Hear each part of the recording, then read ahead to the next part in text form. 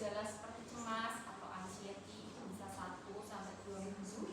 Ketika berhenti merokok terus malah menjadi mudah tersinggung atau marah, itu kurang dari 1 bulan, atau malah mengalami insomnia, gangguan tidur, sulit konsentrasi, depresi, atau malah menyebabkan berat badan meningkat.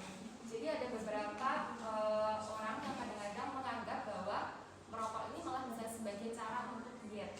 Nah, kita coba pelajari lebih lanjut besok di sekilas bagaimana.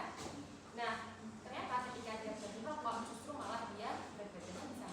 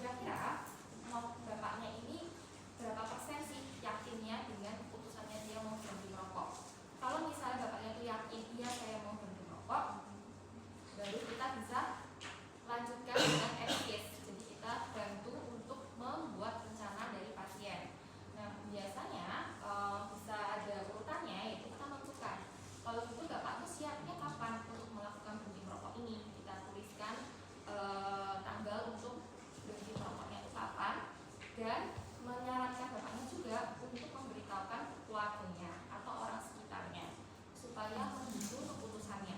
Karena kadang-kadang dari diri sendiri kalau udah yakin mau berhenti merokok tapi orang sekitarnya tidak mendukung, biasanya nanti bisa gagal.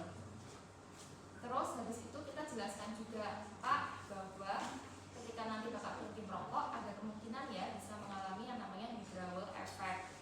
Withdrawal effect-nya tadi udah dijelasin ya dari tabel itu, jadi bapak malah bisa cemas atau misalnya bisa mengalami insomnia seperti itu. Nah, tapi bapak nggak usah khawatir, nanti kami akan bantu dengan memberikan beberapa obat untuk mengatasi keluhan-keluhan itu. Nah, dan nanti kalau bapaknya sudah setuju dengan plan yang kalian buat, kita jangan lupa untuk men-track untuk progresnya. Kira-kira bapaknya ini ada perkembangan atau tidak dari rencana yang kita buat. Dan yang terakhir adalah melakukan follow up. Nah, ini adalah beberapa hal yang biasanya bisa menjadi penghambat nih. Kira-kira kalau orang ini tuh awalnya niatnya mau berhenti merokok tapi kembali menjadi mau merokok, itu bisa karena dia mengalami stres. Jadi orangnya stres, jadi awalnya dia udah mau berhenti merokok tapi dia mengalami tekanan, stres, jadinya dia malah kembali untuk merokok. Atau dia berada di sekitaran orang yang merokok juga, jadi mau nggak mau terbawa. Atau diajak oleh temannya untuk minum-minum alkohol. Nah, atau misalnya dia juga bisa mengalami sesuatu tekanan yang besar seperti itu. Nah, biasanya dia dari yang awalnya udah berhenti merokok malah jadinya bisa kembali lagi untuk merokok. Nah, kalau misalnya pasien Anda belum siap untuk berhenti merokok, kita masuk ke template yang 5R. 5R ini ada yang relevance. Relevance itu adalah memberikan informasi yang intinya itu motivasi tentang pasien dan keluarganya, atau misalnya dikaitkan dengan kondisi dari pasien ini. Jadi misalnya nanti pasien itu datang nih bercerita bahwa saat ini dia itu terkena sakit, dinyatakan oleh dokter memiliki penyakit PPOK seperti itu. Dan nanti kita bisa menunjukkan itu, memberikan informasi atau motivasi terkait dengan penyakitnya itu dan dampak dari kalau dia misalnya masih tetap mau merokok. Nah, itu adalah poin di relevance. Terus kalau yang di risk itu kita bisa juga menjelaskan lebih lanjut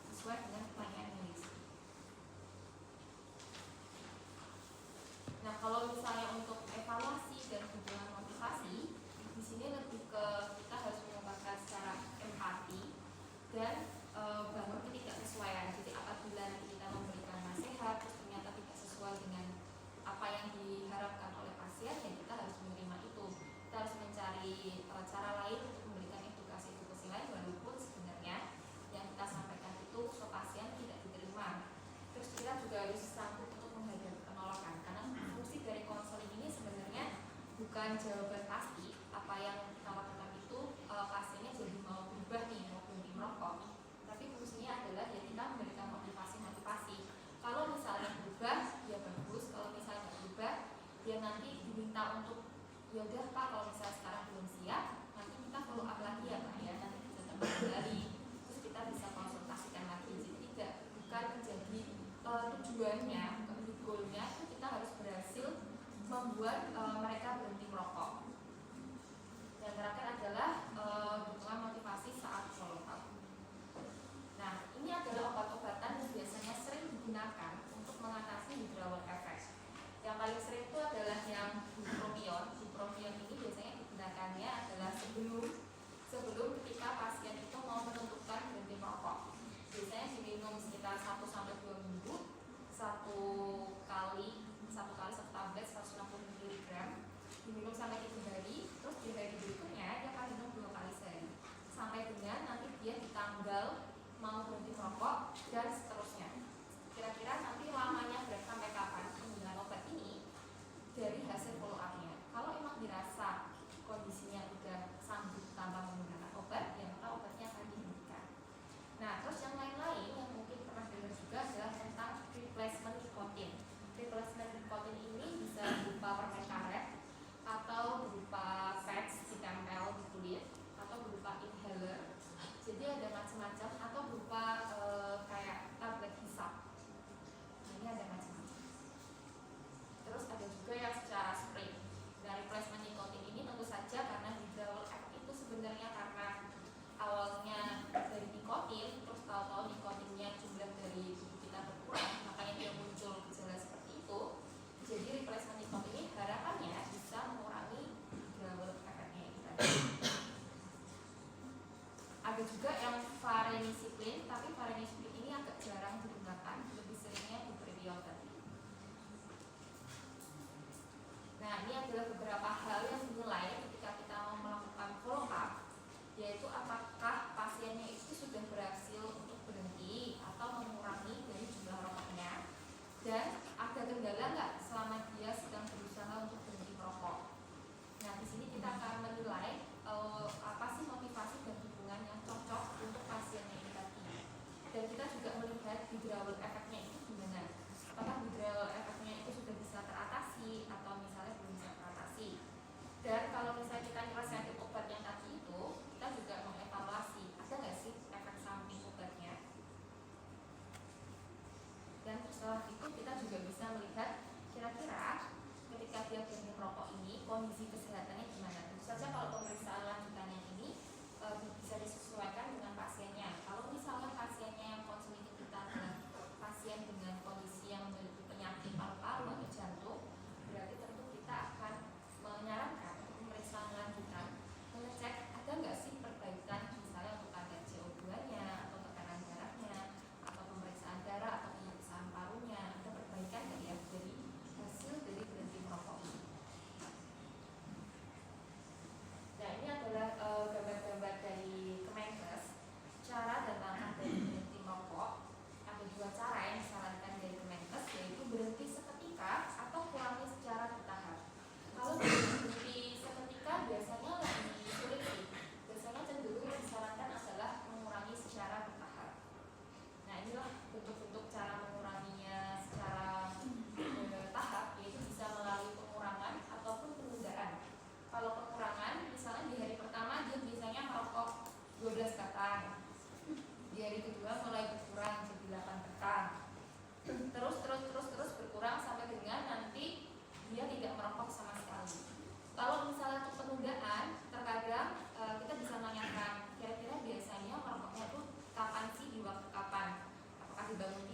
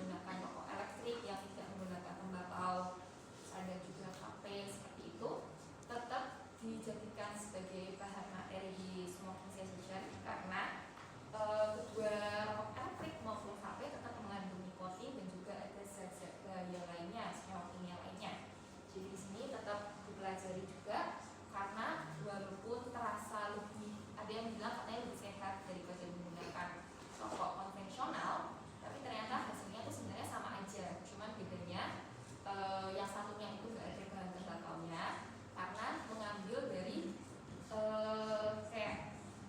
kayak tembakaunya itu ada intisarinya, terus itu yang digunakan sebagai bahannya mereka membuat cairannya. Jadi sebenarnya sama aja, cuma bedanya satu itu bentuk produk asli dari tembakau, yang satu itu intisarinya seperti itu. Oke, kurang lebih seperti itu ya untuk overview-nya. Nanti untuk materinya bisa dipelajari sesuai buku blog ataupun lewat overview ini, karena nanti akan ada pretest sebelum memulai skilletnya. Dan untuk jalannya skillet nanti, dan aku sampaikan tadi dari awal ya, nanti akan dimulai dengan adanya probandus. Jadi kita akan menggunakan dua probandus dengan berskenario. Nanti kita akan seperti melakukan konseling pada umumnya, tapi ini khusus untuk konseling berhenti merokok. Dan untuk goalnya, nggak usah khawatir kalau misalnya nanti pasiennya mengatakan bahwa dia belum mau berhenti merokok, karena goalnya di sini adalah bukan membuat dia menjadi benci merokok, tapi bagaimana sih cara kita menyampaikan motivasi, dari mana sih kita menggali-gali resikonya dan menyambungkannya dengan kenapa sih kok harus berhenti merokok. Kurang lebihnya seperti itu ya. Untuk overview maupun untuk skillet besok, apakah ada yang menanyakan itu?